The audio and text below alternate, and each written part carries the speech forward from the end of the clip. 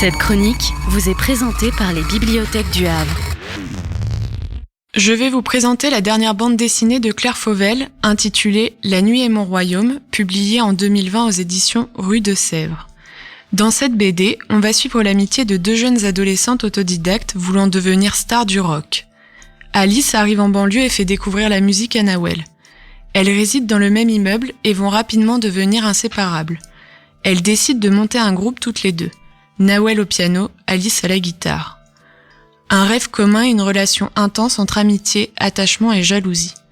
Nawel est le personnage fort, c'est elle qui va vivre pour la musique, y mettre tout son corps et toute son âme pour donner le meilleur d'elle-même et exceller dans sa création tout en essayant de faire concorder cela avec sa vie familiale. D'après moi, la musique est surtout un moyen choisi par l'auteur pour évoquer toute la complexité de l'adolescence. Une volonté d'émancipation, de refus des traditions. Une confrontation entre vie dans un quartier populaire et vie bourgeoise de centre-ville. Mais la volonté permanente de vouloir s'en sortir et de réaliser un rêve, celui de vivre de sa passion. En ajoutant à tout cela, l'amour et la trahison. Et une effervescence permanente de sentiments. On y comprend aussi le glissement des personnages du monde de l'adolescence vers le monde adulte, quand les choix multiples qui s'offrent à elle engendrent toujours des conséquences réfléchies ou non.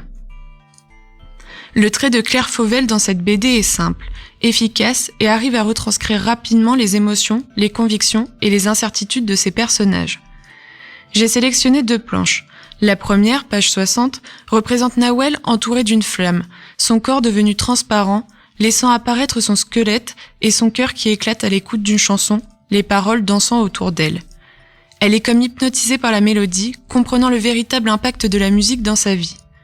La seconde planche, page 123, représente de nouveau Nawel dans son studio, renfermée sur elle-même, amaigrie et se laissant dépérir. J'ai trouvé que les 2 planches se répondaient et qu'elles marquaient une évolution tragique quand la musique arrive à faire d'elle un être empli de vie, mais aussi un être à l'agonie. N'étant pas moi-même intéressée par la musique, cette BD m'a pourtant parlé comme elle pourrait parler à tous ceux qui ont vécu une adolescence emplie de normes et de codes dont ils auraient aimé s'affranchir définitivement. J'ai ressenti une soif de liberté, une vigueur et une volonté qui m'ont replongée dans la fougue de l'adolescence et du début de l'âge adulte.